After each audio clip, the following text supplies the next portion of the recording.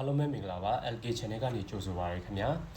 ယခုထိုင်းနိုင်ငံမှာဖြစ်ပေါ်နေတဲ့ရေကြီးရေရှမ်းမှု update သတင်းကိုသိရှိရန်အတွက်ကျွန်တော်ပြောပြပေးချင်ပါတယ်လာမယ့်နေ့ရက်အတွင်းရေပြည့်ရှမ်းတော့မယ်ဆိုတဲ့အခြေအနေကိုရင်ဆိုင်နေရတယ်လို့ထိုင်းဝန်ကြီးချုပ်ကပြောကြားခဲ့ပါတယ်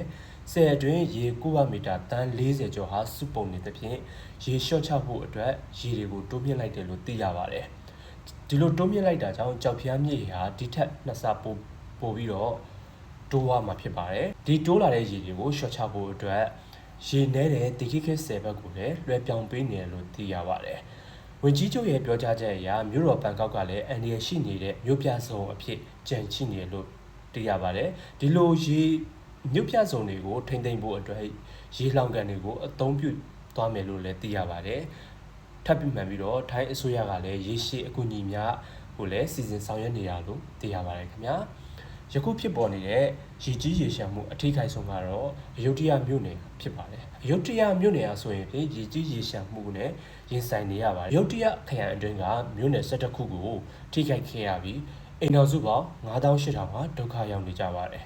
ဝမ်းနည်းစရာအကောင်းဆုံးကလူ14ဦးတေဆုံးကြောင်းကိုလည်းအတည်ပြုထားပါတယ်ရေပင်းသည့်ပြည်သူရာပေါင်းများစွာဟာလည်းယာယီတရားတွေနဲ့အကာအရံတွေကိုပြုလုပ်ပြီးအသက်ရှင်တန်နေကြတယ်လို့သိရပါတယ်ဒါကြောင့်မလို့ကျွန်တော်တို့မြန်မာနိုင်ငံသူမြန်မာနိုင်ငံသားများအနေနဲ့လည်းရေဘေးအန္တရာယ်ကချွတ်တင်ကာကွယ်ဖို့အတွက်ကျွန်တော်ကတိုက်တွန်းနှိုးဆော်အပ်ပါတယ်ကျေးဇူးတင်ပါတယ်ခင်ဗျာ